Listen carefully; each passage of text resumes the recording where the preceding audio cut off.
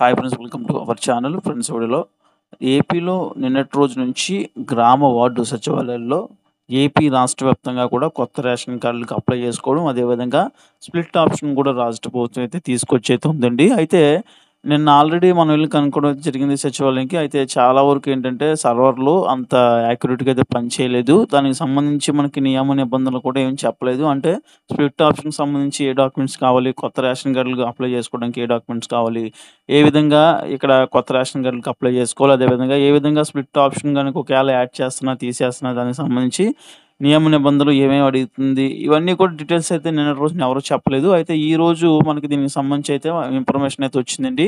So మీరు ఒకవేళ split option చేయించుకోవాలనుకుంటున్నా, లేదా కొత్త రేషన్ కార్డు కోసం అప్లై చేసుకోవాలనుకుంటున్నా, ఏమేమి డాక్యుమెంట్స్ ఉండాలి, ఈ విషయాలన్నీ కూడా వీడియోలో అయితే ఇప్పుడు క్లారిటీగా ఎక్స్ప్లెయిన్ చేస్తాను. వీడియో ఎండ్ వరకు చూడండి. ఇక కొత్త బియ్యం రేషన్ కార్డుకి అప్లై చేసుకునే వారికి సంబంధించి ఇక్కడ ముఖ్య సమాచారం అయితే ఉందండి. అదైతే మీకైతే క్లారిటీగా అయితే చెప్పబోతున్నాను. బియ్యం కార్డు పొందే వ్యక్తి ఖచ్చితంగా ఆంధ్రప్రదేశ్ స్థానికుడు అయ్యి ఉండాలి. ప్రజా సాధికారిక సర్వే అనగా హౌస్ హోల్డ్ మ్యాపింగ్లో తప్పనిసరిగా ఉండవలను. ఏ సచివాలయం పరిధిలో మ్యాప్ అయి ఉంటారో ఆ సచివాలయం పరిధిలో మాత్రమే బియ్యం కార్డు అప్లై చేసుకోవాలి. ఖచ్చితంగా ఆధార్ యొక్క డీటెయిల్స్ ఆ గ్రామానికి చెందినవి అయి ఉండాలండి. ఇప్పటి వరకు ఎవరికి అయితే బియ్యం కార్డ్ లేదో అనగా ఆ వ్యక్తి వాళ్ళ అమ్మగారి బియ్యం కార్డులో గానీ, అత్తగారి కార్డులో గానీ లేని వారికి మాత్రమే కొత్త బియ్యం కార్డు ఇవ్వబడుతుందండి. కొత్త రేషన్ కార్డ్ అప్లై చేసుకునే వారు ఇవన్నీ కూడా గమనించుకోవాలండి.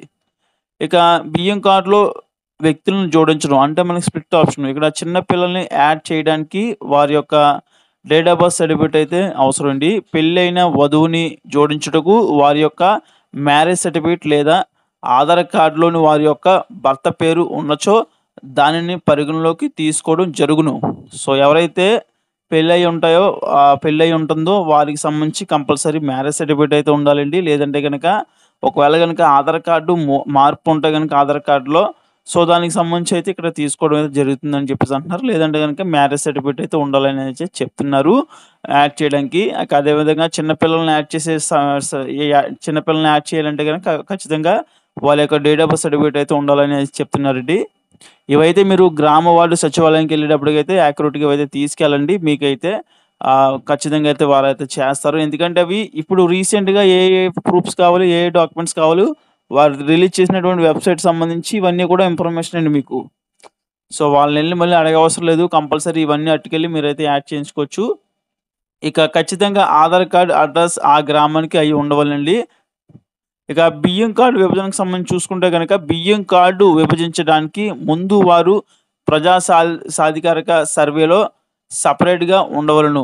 లేనిచో విభజించుటకు కుదరదు. అంటే హౌస్ హోల్డ్ మ్యాపింగ్ ఏదైతే ఉంటుందో దాంట్లోంచి అయితే మీరు ఉండకూడదండి. దాని నుంచి తొలగి ఈ యొక్క బియ్యం కార్డుల నుంచి కూడా ఇక్కడ మనకి స్ప్లిట్ అవ్వడానికి అయితే అవకాశం అయితే ఉంటుంది. ఇక బియ్యం కార్డులో వ్యక్తిని తొలగించుటకు చనిపోయిన వ్యక్తిని మాత్రమే మనం బియ్యం కార్డు నుంచి తొలగించడం జరుగును. అంటే మనకి ఇక్కడ ఏంటి, ఎవరైనా చనిపోయినట్లయితే గనక వాళ్ళకి సంబంధించి రేషన్ కార్డులోంచి తీసేయడం జరుగుతది గానండి.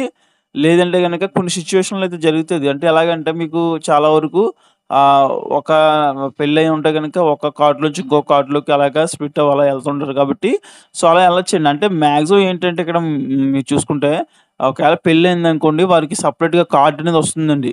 అంతేగాని వాళ్ళ ఫ్యామిలీలోకి యాడ్ చేయడం ఇట్లాంటిదని చాలా వరకు చెయ్యరండి. సో కొత్త కార్డ్ ఒకవేళ అప్లై చేసుకుంటే ఓకే. లేదంటే గనక వారికి చాలా సిట్యుయేషన్స్‌లో ఏంటంటే మనకి తీయడం అయితే జరగదు. స్ప్లిట్ ఆప్షన్ అనేది ఈ విధంగా అయితే ఉపయోగించరండి. అలా కాకుండా చాలామంది మా అబ్బాయి అమెరికాలో ఉన్నాడు. తను సంపాదించేది మాకు పెడతాడా? కార్డ్‌లో నుంచి తీసేయండి. ప్రజా సాధికార సర్వేలో నుంచి తప్పించి మాకు బియ్యం కార్డు ఇవ్వమని అడుగుతున్నారు. అలాంటి వాళ్ళకి గవర్నమెంట్ వారు మళ్ళీ ఆప్షన్ ఇచ్చినప్పుడు మాత్రమే చేయడం జరుగును. గమనించగలరు. ఇక ఆధార్ సీడింగ్ కనెక్షన్. తప్పుగా ఉన్న ఆధార్‌ని అలా వదిలేసి కొత్త ఆధార్‌తో ముందుగా ప్రజా సాధికారిక సర్వేలో యాడ్ అయ్యి తర్వాత మాత్రమే ఆధార్ సీడ్ చేయగలమని గమనించగలరు.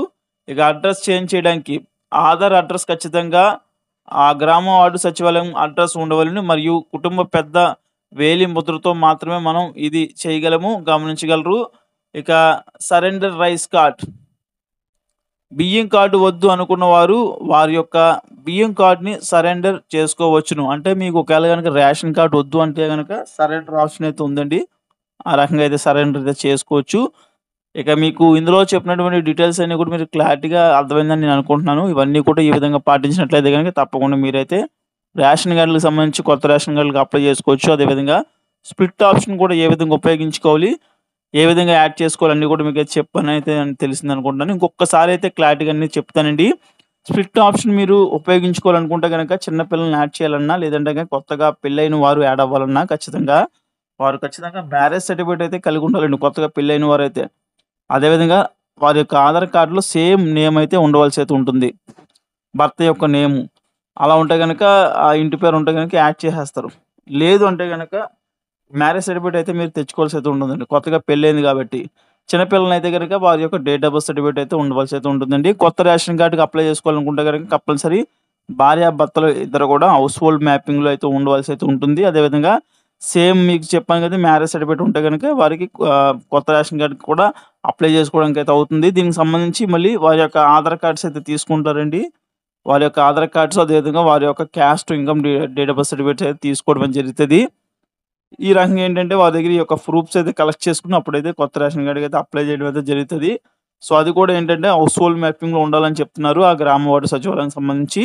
సో, ఈ విధంగా అయితే మీరైతే అప్లై అయితే చేసుకోవచ్చండి. ఇక రేషన్ కార్డ్‌లకు సంబంధించి రాష్ట్ర ప్రభుత్వం నుంచి ఎప్పుడు ఏ చిన్న అప్డేట్ వచ్చినా నేనైతే వీడియో చేసి తెలుపుతున్నాను కాబట్టి తప్పకుండా మన ఛానెల్ అయితే సబ్స్క్రైబ్ చేసుకొని ఫాలో అవుతుండండి.